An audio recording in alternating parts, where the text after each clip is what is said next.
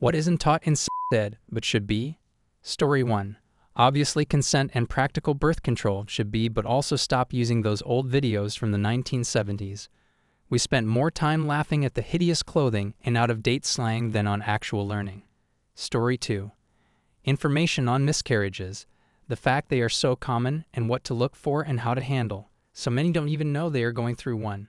You should know you are prone to infections and need to watch just how long you are bleeding for. It's not a day or two and averages 2 to 3 weeks for most women. It can be traumatic trying to figure out what is going on without even a baseline of information. Story 3. The severity of sending, posting, receiving nudes when you or the other party are underage. The internet is forever. Teens will be stupid. Some will be malicious. Practice safe sex person all you want, but please don't take nudes if you are not 18. Story 4. I think more options for birth control. I remember going over condoms and the pill, but not much detail into IUDs, implants, and shots. There's so much more out there now besides a pill and condom. Story 5. Real.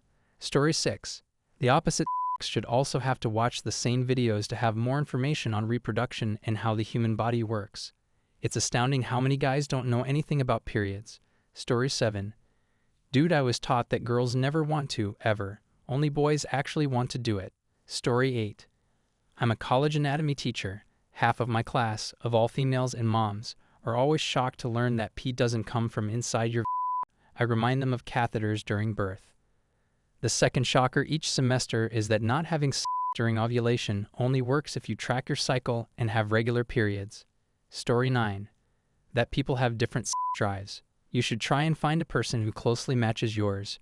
You will be way more happy, and we can end the joke of what food kills a woman's sex drive. Wedding cake. Just my opinion. Story 10. All the different ways sexual assault looks.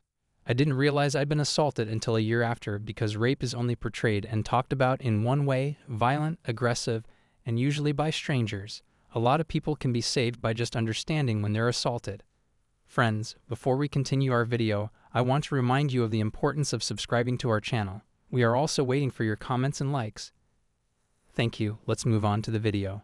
Story 11. Relationship stuff. Abuse red flags. How to communicate.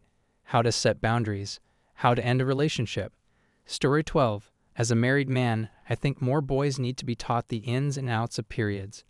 Too long have men joked about and minimized PMS as a write-off to explain any woman's negatively perceived mood. It's condescending and ignorant.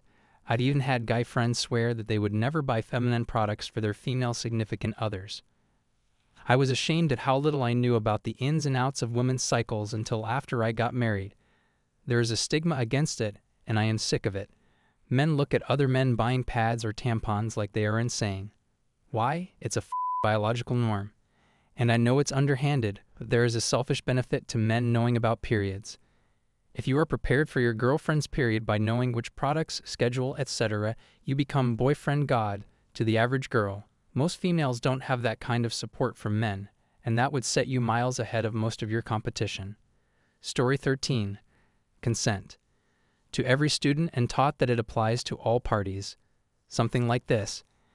If you don't want to do something your partner asks for, you do not have to. Ever. You are never obligated to perform a sexual act you don't want.